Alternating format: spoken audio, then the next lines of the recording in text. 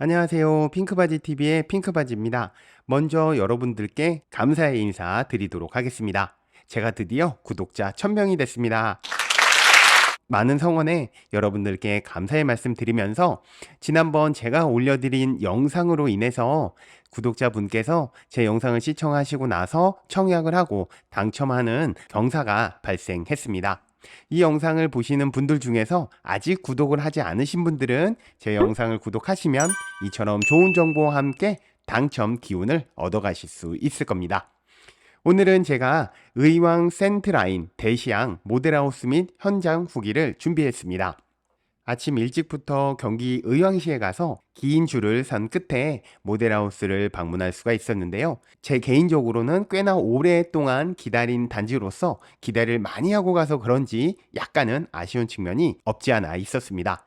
어떤 부분이 아쉬웠는지 자세하게 말씀드리도록 하고 영상 끝에는 공사 현장까지 돌아보고 왔으니 놓치지 않고 끝까지 시청해 주시기 바라겠습니다.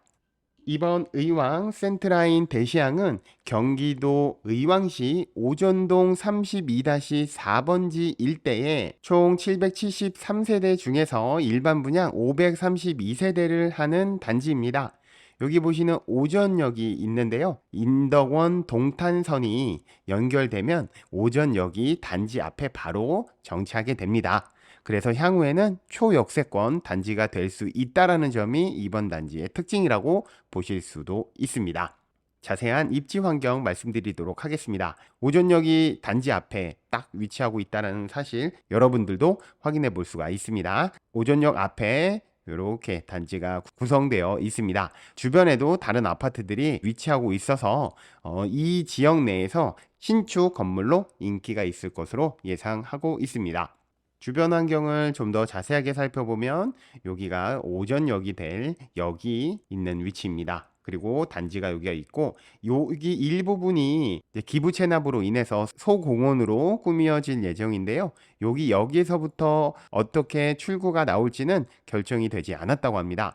하지만 상식적으로 볼 때 역을 기준으로 이렇게 8군데의 출입구를 내주잖아요. 그러다 보니까 단지 앞쪽으로 2개의 출구가 생기지 않을까 조심스럽게 예상을 해볼 수 있겠습니다. 초등학교는 현재로서는 초등학교 학구가 정해지진 않았지만 예상컨대 여기 단지 위쪽에 있는 의왕초등학교에 배정될 것으로 예상해 볼 수가 있겠습니다. 네, 이번엔 공급호실 및 방향을 살펴보도록 하겠습니다. 여기가 이제 오전역인 거고요. 이쪽 방향이 북향입니다. 따라서 모든 동에서 이렇게 정남향이 있다라는 것을 확인해 볼 수 있고요. 정남향이 아닌 곳은 이쪽이 이제 남서향이 될 것이고 이쪽이 남동향으로 되어 있다라는 것을 확인해 볼 수가 있습니다. 전체 733세대인데 조합원이 대략 200세대를 가져가서 일반 세대 532세대를 분양하는 것으로 확인이 되었고, 안타깝게도 84C 타입은 일반 분양하는 타입이 하나도 없다라는 점이 조금은 아쉬웠습니다. 하지만 59B 타입이라든가 84A 타입은 일반 분양에서도 풍부하게 많이 남아있다는 사실은 좀 더 긍정적이었습니다. 이번엔 동호수 배치도를 살펴보도록 하겠습니다. 만약에 저라면 요 38층, 제일 높은 층을 선택하고 싶습니다. 여러분들께서는 어떤 층을 더 선호하는지 댓글에 남겨주시면 좋겠습니다. 네, 전체적으로 59A 타입은 저층밖에 남아있지가 않고요. 59B 타입은 고층도 남아있습니다. 따라서 만약에 높은 층을 원하신다면 59B 타입을 선택하는 것도 나쁘지 않아 보이는데요. 59B 타입뿐만 아니라 84A 타입 역시도 높은 층을 가져가실 수 있다는 점이 특징이라고도 볼 수가 있겠습니다. 비록 재개발 단지이긴 하더라도 일반 분양하는 세대에게 높은 층과 좋은 타입들을 남겨놨다는 점이 굉장히 인상적이었습니다. 타입별 평면도 살펴보도록 하겠습니다. 먼저 37 타입입니다. 37 타입은 A 타입이 있고요. B 타입이 있습니다. 각각의 차이는 면적은 거의 다 비슷한데 구조가 조금씩 다르다는 점입니다. 침실의 크기가 약 20cm 정도 A 타입이 크는 것을 확인해 볼 수가 있고요. 침실 2도 A 타입이 조금 더 크다라는 것을 확인해 볼 수가 있습니다. 다만 A 타입은 현관을 들어와서부터 침실까지 이렇게 일자로 구성되어 있고요.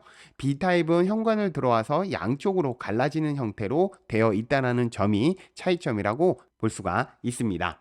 59A 타입 살펴보도록 하겠습니다. 3베이 구조의 판상형 구조이고요. 현관을 들어서자마자 실외기실이 있습니다. 실외기실은 보통 주방 안쪽이라던가 안방에 위치해야 하는데 실외기실이 이쪽에 위치했다라는 건 비교적 소음으로부터 자유로워질 수 있다라는 점이 장점으로 보실 수가 있습니다. 네, 그리고 한 가지 주의하셔야 할 점이 있습니다.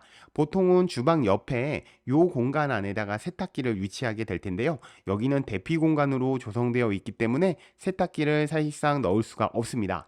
따라서 아마 발코니 방향에 있는 이곳으로 세탁기를 위치해야 되지 않을까라는 생각을 할 수밖에 없는 그런 타입이었습니다. 따라서 5구 타입에 관심이 있으신 분들은 반드시 이 부분을 체크하셔서 청약을 하시면 좋을 것 같습니다. 그리고 제가 조금은 아쉽다라고 했던 점이 바로 이 부분입니다.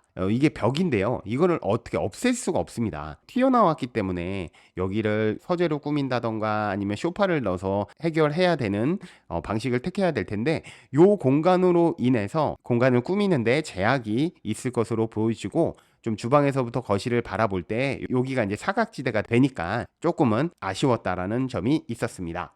다음은 5구 B타입입니다. 5구 타입에서 가장 많은 세대를 공급하는 타입이고요. 기본적으로 욕실이나 부부 욕실을 보면 그러니까 따로 옵션을 선택하지 않은 기본으로도 아주 충분하다고 느꼈습니다. 5구 B타입을 제가 볼 때 아쉬웠던 점은 뭐냐면 바로 여기 있는 식기세척기의 위치입니다. 이게 왜 그러냐면 이미 지금 옵션으로 여기가 포함되어 있거든요. 근데 안쪽에 있는 공간을 쓸 수 없게끔 해놨습니다. 따라서 이 부분이 굉장히 아쉬웠고요. 지금 가뜩이나 대지비도 만만치 않은데 여기에 약 반평 정도 되는 공간을 쓸 수 없다라는 점이 굉장히 아쉽다라는 생각이 들었습니다. 따라서 이 부분 역시도 식기세척기 옵션을 선택하시는 분들이라면 이 부분을 고려해서 선택하시는 게 어떨까라는 점이 있었습니다. 제가 항상 5구 타입 말씀드릴 때 수납 공간이 굉장히 중요하다라고 말씀을 드렸잖아요. 그런데 여기서도 따로 안방 팬트리가 조성되어 있지 않습니다. 따라서 침실 3이나 침실 2를 활용하여 수납 공간을 마련해야 했습니다. 다음은 84A 타입 살펴보도록 하겠습니다. 84A 타입은 이렇게 드레스룸이 굉장히 크게 조성되어 있습니다.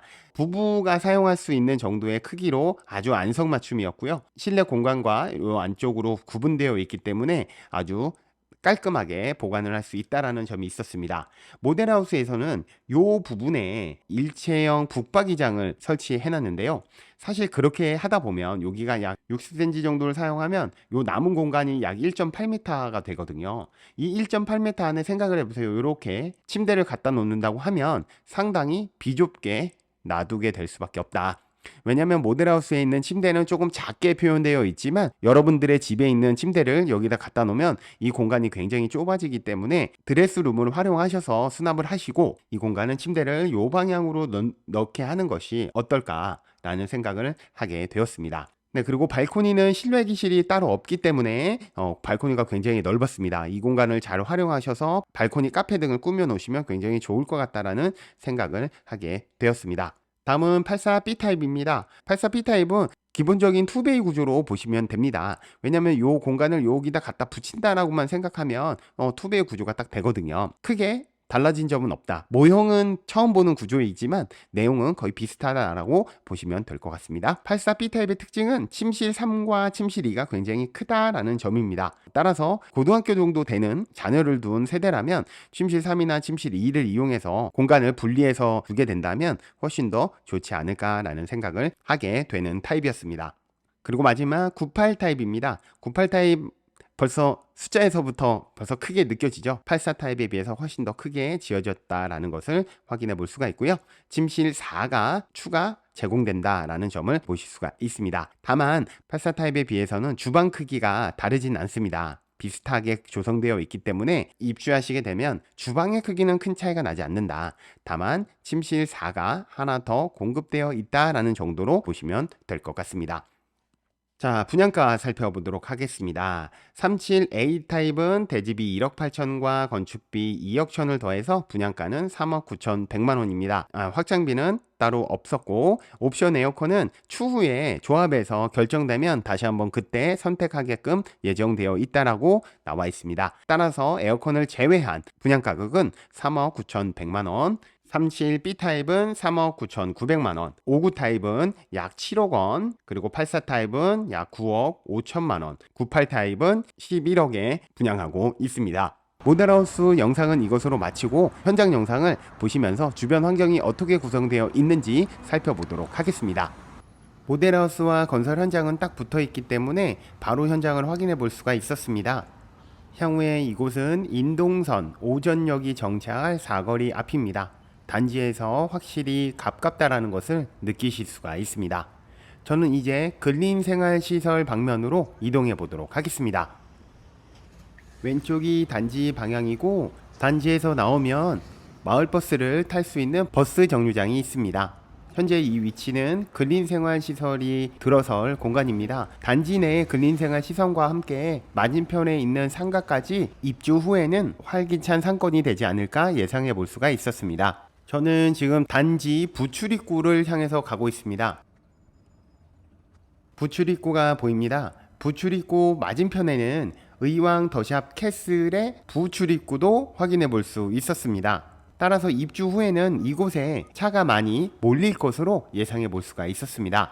저는 지금 단지 주출입구를 향해서 가고 있습니다. 의왕 센트라인 대시양 주출입구에는 근린생활시설이 없어서 조금은 불편할 것 같다는 생각이 들었는데 단지 주출입구에 도착을 하니 이곳이 의왕 더샵 주출입구와 마주보고 있다는 사실을 알게 되었습니다. 따라서 의왕 더샵 캐슬의 근린생활시설을 사용하면 불편함을 최소화할 수 있겠구나 라는 생각을 하게 되었습니다. 저는 이제 경수대로를 따라서 모델하우스 방면으로 가고 있습니다. 경수대로에서 안양 방면으로 가는 버스 정류장도 확인해 볼 수가 있었고 공사 현장도 확인해 볼 수가 있었습니다. 어떠셨나요? 비록 아쉬운 점을 말씀드리긴 했지만 초역세권 단지라는 점이 굉장히 인상 깊었습니다. 여러분들은 어떻게 생각하시나요? 여러분들의 의견을 댓글로 많이 남겨주시면 저와 함께 많은 이야기 나눠보도록 하겠습니다. 오늘 제가 준비한 내용은 여기까지입니다. 구독과 좋아요 꼭 부탁드리겠습니다. 고맙습니다.